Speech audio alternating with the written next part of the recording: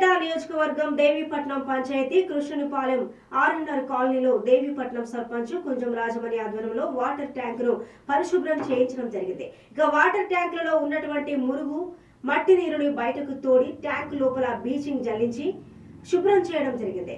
అలాగే ఆర్ఎన్ఆర్ కాలనీలో ప్రతి వీధికి బ్లీచింగ్ చల్లించి పారిశుద్ధ్య పనులను నిర్వహించారు. ఈ కార్యక్రమంలో తెలుగు యువత అధ్యక్షులు లంక హరిబాబు, లంక పోసిబాబు, సత్యనారాయణ, గేదెల పెద్ద సుబ్బారావు, గేదెల చిన్న సుబ్బారావు, దొడ్డ సింహాద్రి తదితరులు పాల్గొన్నారు.